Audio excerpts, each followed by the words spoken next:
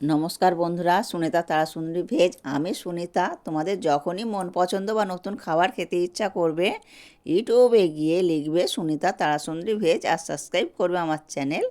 আমার সমস্ত রান্নার আপডেট পেতে বেল নোটিফিকেশানটা অন করে রাখবে বন্ধুরা। আর বন্ধুরা, আজকে কিন্তু আমি ভাপা পিঠে করে দেখাচ্ছি। তো তোমরা স্কিপ না করে প্রথম থেকে শেষ পর্যন্ত ভিডিওটা দেখতে থাকো, তাহলে বুঝতে পারবে কীভাবে আমি ভাপা পিঠেটা করছি। আর আমার এই সহজ রেসিপিগুলো দেখে যদি ভালো লাগে তাহলে প্লিজ আমার চ্যানেলে সাবস্ক্রাইব করবে, বেশি বেশি করে শেয়ার করবে। তো আমি মূল স্রোতে ফিরে এলাম। এখানে দেখো বন্ধুরা, মেজারমেন্ট কাপের 1 কাপ আতপ চালের গুঁড়ি নিলাম আর 1 কাপ ময়দা। তো চাল বাটা ভেজানোর কোনো ঝামেলাই থাকবে না। তো আমি এটা করে দেখাচ্ছি, তোমরা প্রথম থেকে দেখো। তো মেজারমেন্ট কাপের 2 কাপ জল নিলাম। যেহেতু আমি 2 কাপ এখানে ময়দা আর চালের গুঁড়ি নিলাম, তার জন্য কিন্তু আমি 2 কাপ জলটা নিলাম। আর এখানে একটু লবণ দিয়ে দিলাম। তো ছোটো চামচের 1 চামচই দিয়ে দিলাম, এটাতেই হয়ে যাবে। জলটা একটু ফুটতে দেব। জলটা যখন ভালোভাবে ফুটে যাবে তখন কিন্তু আমি গুঁড়িটা দিয়ে দেব।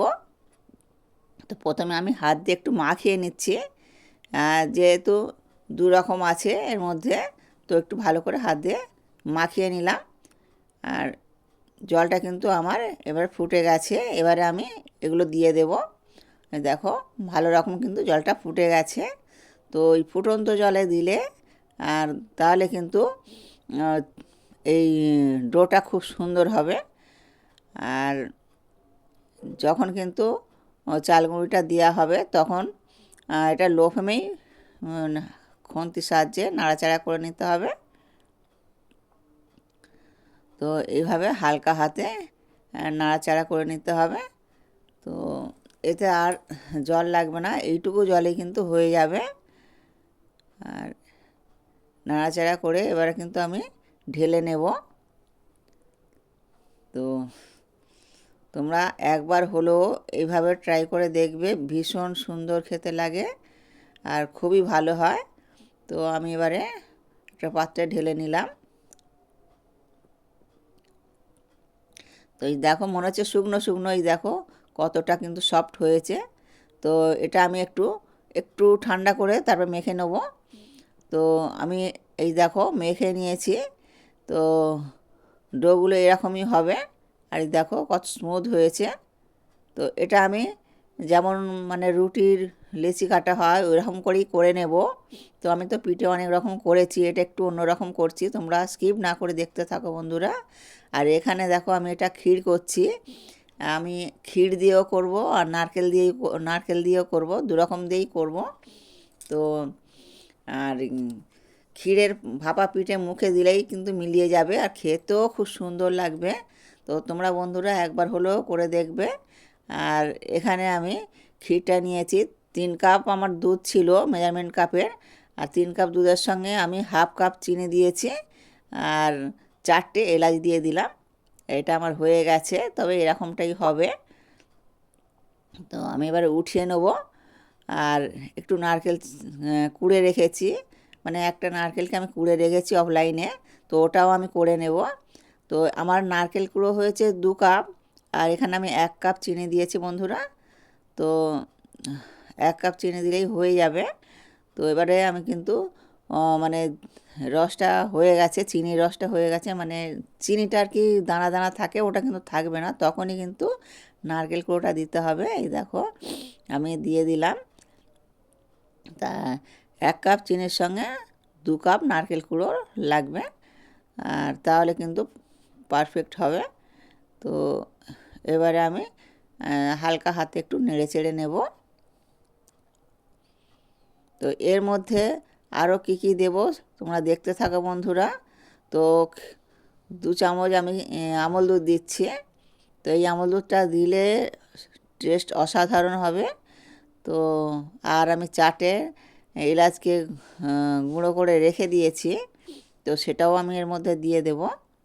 আর নারকেল ছাই বা ক্ষীরে একটু মানে এলাচ গুঁড়ো না দিলে কিন্তু ভালো লাগে না। তো এর স্বাদ কিন্তু অসাধারণ হয়ে যায়। তো এবারে আমি উঠিয়ে নেব, এটা আমার হয়ে গেছে। আর এটা কিন্তু এরকম করে যদি নারকেল ছাই করে যদি রেখে দেওয়া যায় অনেক দিন পর্যন্ত ভালো থাকে। তবে আমি তো এটা পিঠের জন্য করেছি, তো পিঠেই তৈরি করে নেব, ক্ষীরের পিঠে আর নারকেলের পিঠে। তো অনেকে কিন্তু নারকেলের পিঠে খেতে পছন্দ করে না, অ্যাসিড হয়ে যায় বলে। তো তার জন্য কিন্তু ক্ষীরের পিঠেটাও করলে খুবই ভালো হবে। তো আমাদের যখনই হয় কিন্তু দুরকম করেই হয়, নয় ক্ষীরের নয় তরকারির। আজকে কিন্তু আমি তরকারি পিঠেটা করছি না, আমি অনেক রকমই পিঠে করে দেখিয়েছি। আর ওখানে আমি জলটা বসিয়ে দিয়ে ওভেনে জলটা বসিয়ে দিলাম একটু গরম হওয়ার জন্যে। আর এখানে আমি পিঠেগুলো করে নেব। দেখো এটা কিন্তু একটু অন্যরকমভাবে করছি, প্রথম থেকেই আমি বলেছি এটা একটু অন্যরকম হচ্ছে। তো আমি দেখো বেলে নিচ্ছি, প্রথমে বেলে নিয়ে আমি একটা মানে বাটির সাহায্যে এটা কেটে নেবো মাঝখানটা। আর ধারগুলো ফেটে গেলে কোনো অসুবিধা নেই।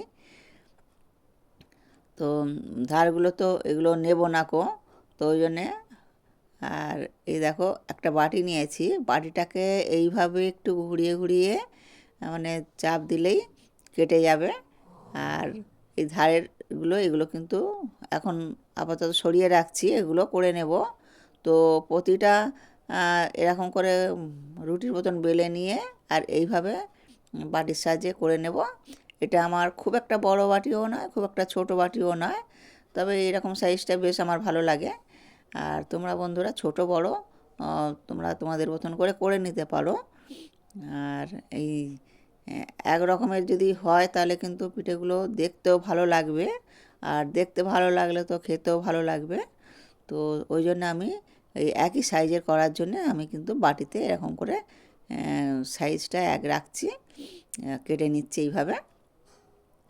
তো এইভাবে আমি এই দেখো কেটে নিলাম, ওইগুলো তো আমি পরে করে নেব বললাম। আর এবারে আমি করে দেখাচ্ছি বন্ধুরা। তো আমি নারকেলের করে দেখাবো একটা, আর ক্ষীরেরও করে দেখাচ্ছি। তো দেখো আমি নারকেলটা দিয়ে প্রথমেই করছি। তো একটু বেশি করেই কিন্তু আমি পুরটা দেব, আর একটু বেশি করে দিলে বেশ খেতে ভালো লাগে। তো প্রথমে আমি এই নারকেলটা এইভাবে মাঝখানটা করে দিয়ে দেব, দিয়ে আর এই দেখো সমান করে কিন্তু এটা এইভাবে করে নিয়ে আর মুড়তে থাকবো হাতের সাহায্যে। এই দেখো আঙুল দিয়ে একটুখানি চেপে চেপে দেব, এইভাবে চেপে চেপে দিলে কিন্তু বেশ ভালো লাগবে আর খুলবেও না। তো এই দেখো এবারে আমি কাঁটা চামচ দিয়ে এইভাবে একটুখানি করে চেপে দেবো, এটা কিন্তু বেশ দেখতে ভালো লাগে। তো আমি কিন্তু পাকিয়ে পাকিয়ে অনেক রকমভাবেই পিঠে করেছি, তবে এইটা আমার মনে হলো যে একটু করে দেখাই বন্ধুদেরকে। তো এই দেখো কত সুন্দর হয়েছে দেখো, আর এটা একটুও খুলবে না বন্ধুরা। তো এবার আমি একটা ক্ষীরেরও করে দেখাচ্ছি। তো সবগুলো তো করে দেখানো সম্ভব নয়, আর বন্ধুদেরও এত ধৈর্যও থাকবে না। তো আমি দুরকম এই দেখো করে দেখাচ্ছি। তো ক্ষীরটাও একটু বেশি করেই দিয়ে দিলাম, একটু বেশি বেশি দিলে বেশ খেতে সুন্দর লাগবে। তো আর ক্ষীরের ভাপা পিঠে মুখে দিলেই কিন্তু মিলিয়ে যাবে, আর ভীষণ সুন্দর খেতে লাগে। তোমরা বন্ধুরা একবার হলেও ট্রাই করে দেখবে। এই দেখো আমি পিঠেগুলো এখানে করে নিলাম, আর আমি এবারে দেখব জলটা কতটা গরম হয়েছে। তো আমি কিন্তু এই জলটা ঢাকা দিয়ে রেখেছিলাম, অনেকটাই কিন্তু গরম হয়ে গেছে আর অনেকটা কমেও গেছে। তো আমি এই দেখো ছিদ্রযুক্ত একটা পাত্র বসিয়ে দিলাম। তো এর মধ্যে সাদা একটা পরিষ্কার কাপড় দিয়ে দেব। তো কাপড়টা দিলে কি হয় মানে সিদ্ধটা খুব সুন্দরভাবে হয়। তো তার জন্য কিন্তু এই কাপড়টা দেয়া। আর এবারে পিঠেগুলো আমি সুন্দর করে সাজিয়ে দেব। তো এইভাবে সুন্দর করে এদিক ওদিক করে সাজিয়ে দিতে হবে, মানে মানে ভিতরের হাইটা যাতে সব পিঠের মধ্যেই লাগে, তার জন্য কিন্তু এদিক ওদিক করে একটুখানি সাজিয়ে দিতে হবে। আর আমার সাজিয়ে দেওয়া হয়ে গেল। এবার কিন্তু আমি 15 মিনিটের মতন ঢাকা চাপা দেব। তো 15 মিনিট ঢাকা চাপা দিলেই কিন্তু এটা হয়ে যাবে। 15 মিনিট পরে আমি ফিরে আসছি। তো এই দেখো আমি ওপরে একটা সাদা পরিষ্কার কাপড় দিয়ে দিয়েছিলাম, এটা কিন্তু অফলাইনেই দিলাম, তোমাদেরকে দেখানো হয়নি। তো ওপরেও একটা দিলে কিন্তু বেশ ভালো হবে। আর এই দেখো আমি এবার নামিয়ে নিলাম, আর দেখো পিঠেগুলো কত সুন্দর হয়েছে। তো বন্ধুরা ভালো থাকবে, সুস্থ থাকবে, সাবধানে থাকবে। আর ভিডিওটা এখানেই শেষ করছি, আবার নতুন একটা ভিডিও নিয়ে চলে আসবো।